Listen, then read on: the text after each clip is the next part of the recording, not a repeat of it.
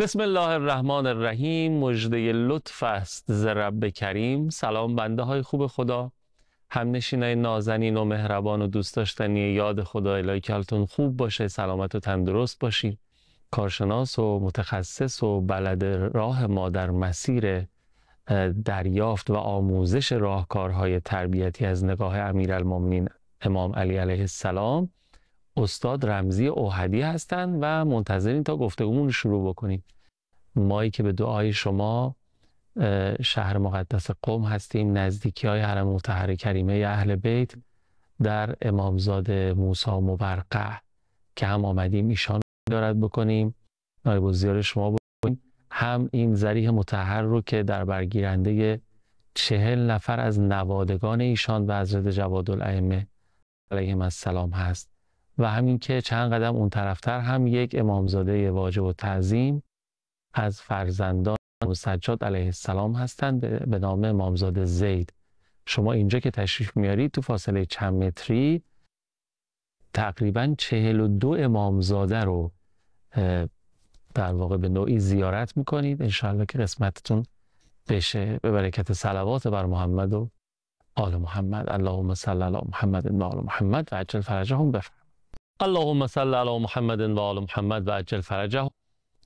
کارشناس برنامه ما استاد رمزی اوحدی هستند که مجدد قدم به چشم حقیر گذاشتن. خوشحالم از زیارتشون. سلام، خیر مقدم. خیلی متشکرم. بسم الله الرحمن الرحیم. خدمت جناب عالی، همکاران بزرگوارتون و بینندگان عزیز عرض سلام و ارادت خودم را تقدیم میکنم. سلامت باشید. و برای اونها سلامتی و نیکبختی از درگاه مقدس باری تعالی میطلبم. زنده باشید، محبت دارین. خیلی ممنونم از دعای خیرتون. شما رو میگیرن و میبرن سر سفره اخو القرآن کریم، نهج البلاغه شریف، کلام حضرت مولا، و از اونجا روش ها و راهکارهای تربیتی رو استخراج میکنن، تبیین میکنن موضوع تربیت رو در مقاطع مختلف زندگی و ما هم تا به حال استفاده کردیم، الان هم سراپا گوشیم. بله، یکی از نکاتی که در زندگی امام علی علیه السلام ما مشاهده میکنیم، گوشت زد ایشون تو نهج البلاغه به مبحث شیطانه. این که ما شیطان رو بشناسیم، نحوه حمله ها و حیله هاش رو بدانیم، میشه گفت که یکی از ابزارهای مهم تربیتیه. چون عامل سقوط و انحراف و بد تربیتی یکی از عوامل مهمش شیطانه. لذا شما نگاه میکنید تو فرازهای مختلف امام علی علیه السلام به مبحث شیطان و شیطان شناسی و روشهای مواجهه با اون و دفع حیله های او و حمله های او اشاره میکن. در یک تقسیم کلی جناب آقای قوامی، شیطان دو بخشه. یعنی ما دو جور شیطان داریم. یه شیطان جنی داریم که قابل دیدن نیست و یک شیطان انسی، یعنی انسانهای شیطان نما، که این دسته دوم ابزارهایی هستن برای اون شیطان جنی. اینهایی که تو عالم خونریزی میکنن، فتنه درست میکنن، گمراهی ایجاد میکنن، تلاش میکنن برای سقوط و انحراف انسانها. این تلاش هاشون هم شکل‌های مختلف، هنری، موسیقی، همه ی قسمت ها رو سعی میکنن به یه نحوی دست شیطان رو تو اون مجرا جاری کنن، باز کنن، برای اینکه به انحراف بکشونن. کیو به انحراف بکشونن؟ بشر. لذا حضرت با یه شخص مواجه شدن، گفتن از عبرت‌های زندگیت به من بگو، امام علی علیه السلام.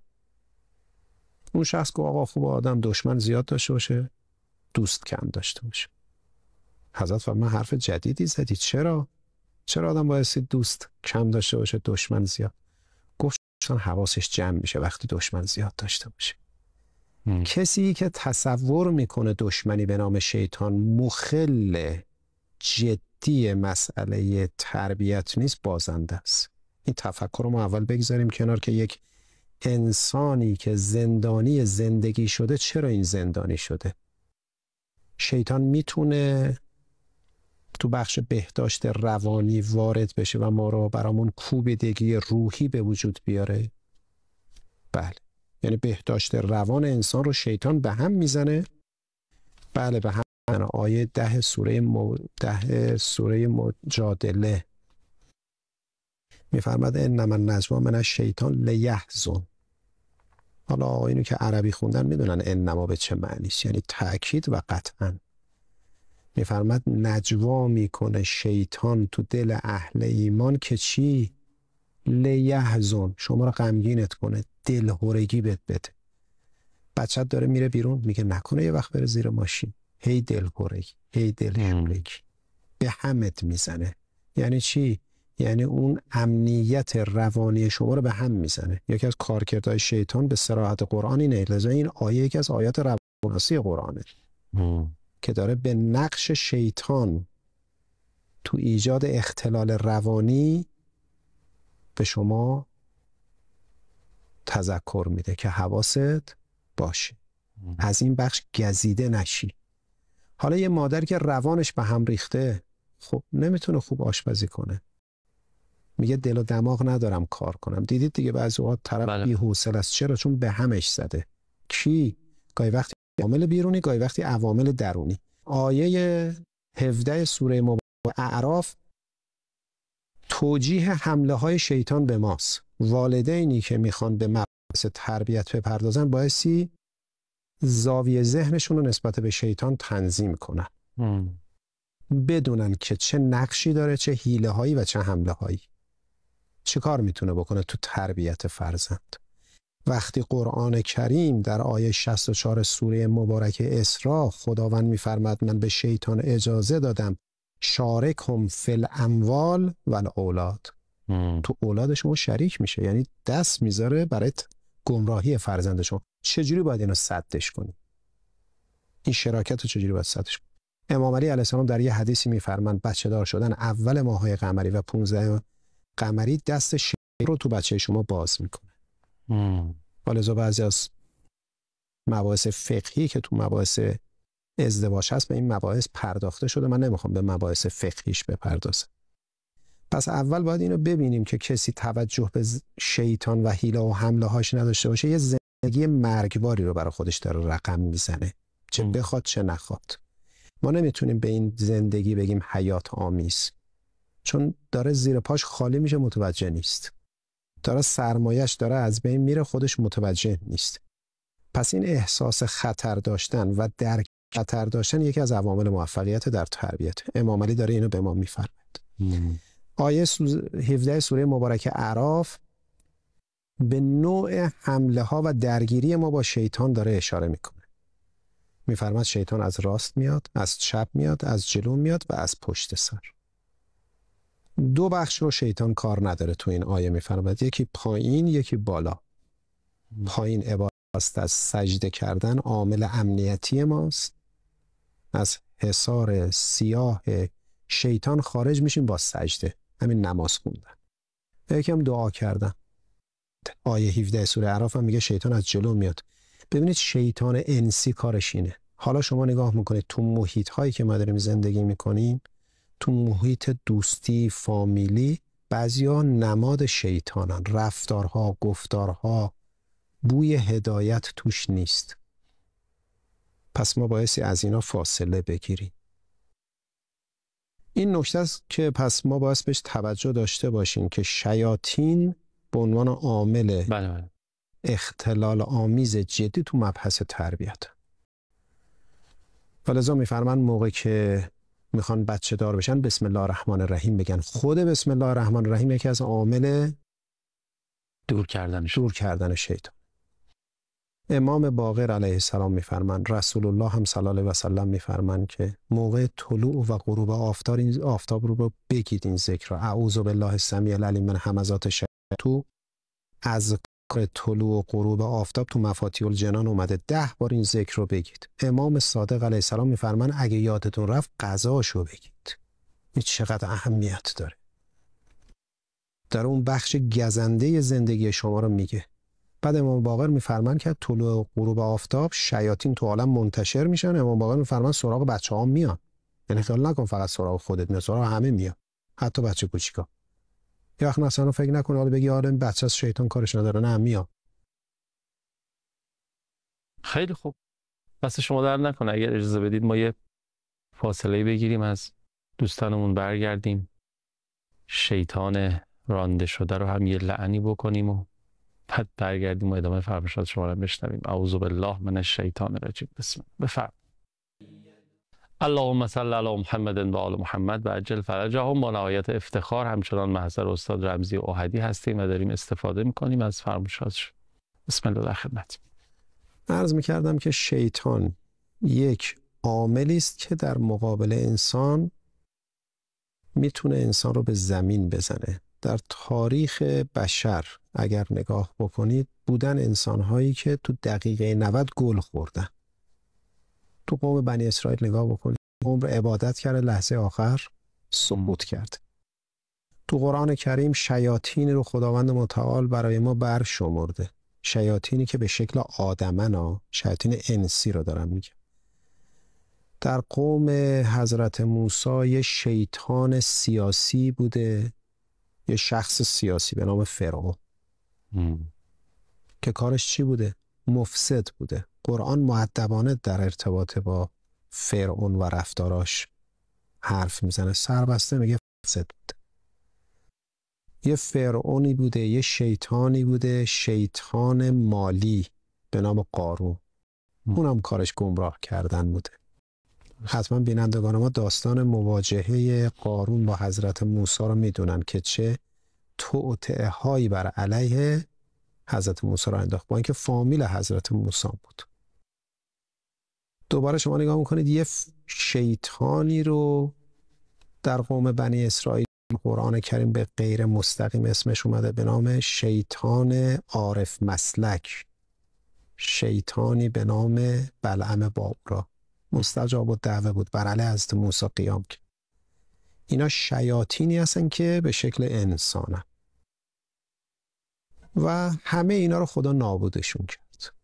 ما تو بخش شیطان شناسی باید اینا رو بهش توجه داشته باشیم. حتی شیطان سیاسی هم داشته قوم بنی اسرائیل که گمراهی سیاسی مردم رو رقم زد، سیاسی دینی مردم، به نام سامری، گوساله ساخت. این بخش هایی که تو قرآن اومده در ارتباط با شیطان اگر ما بهش توجه بکنیم میبینیم شیطان عاملی بوده که تو بخش های مختلف در تاریخ بشر عوامل انحرافات مردم رو فراهم کرده و این شیطان به واسطه افراد این کار رو انجام داده. ما تو بحث تربیت دینی بر اساس آیات قرآن کریم 12 تا سرتیتر داریم. تربیت علمی، تربیت جسمی، برای اینام روایت آیه داریم ما. تربیت معنوی، تربیت جنسی، تربیت اقتصادی. تو بخش تربیت جنسی شیطان یکی از عوامل مهمه. قوم حضرت لوط چه مشکلی داشت؟ تو بخش تربیت جنسی مشکل داشتن. ولذا قرآن اشاره داره به مبحث تربیت جنسی. آیات متعدد داریم، تو سوره‌های دیگه هم داریم. می‌بینید یه ملتی رو نابود کرد شیطان. پس شیطان عامل انحرافه و عامل سقوط. ممکنه همون مشکلات برای بعضی از اقوام گذشته برشمرده شده برای بچه ما و فرزند ما هم پیش بیاد. بله ممکنه پیش بیاد. امام علی داره میفرماد شیاطینی هستن که از راست و چپ و جلو میاد. ما تو مباحث ذکری، دوستانی که مباحث ذکر و مباحث معنوی و عرفانی رو دنبال میکنن، بنده تو این مسئله بررسی کردم. ذکری نداریم که امام معصوم دستور به قضا کردنش رو داده باشه. مثلا امام بفرماد این ذکر اگه یادتون رفت قضاشو بعداً به جا بیار. الا همین ذکر اعوذ بالله السمیع العلیم من همزات الشیاطین موقع طلوع آفتاب میفرماد اگه یادت رفت امام ساعت 11 صبح یادت اومد 10 بار بگو. موقع غروب آفتاب هم اگه یادت رفت دوباره بگو. قضاشو بگو. اینقدر اهمیت داره. اینکه شما به عنوان یک مادر و پدر فقط وظیفه نداری بچت رو تو سرما شال و کلاه ببندی که سرما نخوره، ویروس نیاد تو بدنش. این خوبه ها، اما شما باید شیطان رو از این بچه بتونی دور نگه داری. این هم یه پایه علمی میخواد. اون تا همونجوری که فرمودین پیش نیاز شناخت شیطانه. بله. ما همین الان توی روزگارمون درگیر یک شیطان بزرگی هستیم که امام خمینی بهمون یاد دادن که شیطان بزرگ کیه، که این شیطان بزرگ نه تنها از افراد بلکه از همه ابزارها و وسایل پیشرفته روز دنیا، یعنی از علم، از صنعت، از همه چی داره استفاده میکنه که هم خود ما هم بچه‌ها و عزیزان ما به گمراهی بکشونه. یعنی درگیری همچین شیطان بزرگی هم همین الان هستیم. بله. خدا بهمون رحم. ولذا شیطان جنی و انسی تو روایت‌های ما مطرح شده، در قرآن کریم مطرح شده. شما نگاه میکنید میبینید که تو بخش مثلا تربیت معنوی امام صادق میفرماد ذکر طلوع این باشه، اما یه پیشگیری هایی داریم تو بخش تربیت جنسی، هم حدیث داریم هم روایت هم آیه. مثلا تو قرآن کریم هست که ای زنان پیغمبر میخواید صحبت کنید با نامحرم جوری صحبت نکنید، بعضیا تو دلشون مرضه. این آیات میره تو بخش تربیت جنسی. یا نوع راه رفتن دختران شعیب پیغمبر، میگه اینا با حیا راه میرفتن. ببینید یعنی دقیق نقطه گذاری شده تو بخش‌های تربیت‌های جنسی، چون یکی از کارکردهای مهم شیطان تو بخش سوء تربیت مبحث تربیت جنسیه که تو قرآن هم گفتم، من دارم اون فکت‌هاش و آیاتش رو اشاره میکنم. ولذا شیطان، مثلا شیطان انسی، یکی از مصادیقش رفیق بده. میگه کاش با فلانی رفیق نمیشد. معلومه پس رفیق قدرت داره، قدرت اثر و سلطه داره. یاد جهنم میرن به خاطر رفیق بد. این رفیق بد یعنی شیطان انسی. یعنی والدین تو خونه داری آموزش میدی، اما پسر نوح با بدان بنشست و خاندان نبوتش گم شد. رفیق بد میتونه انسان رو جهنم ببره. لذا تو صفین هم حضرت فرمودن اون قرآن ها رو بزنید. چرا بزنید؟ چون از اطرت جداه، چون از علی جداه. علیون مع الحق، هر کجا علی باشه اونجا حقه.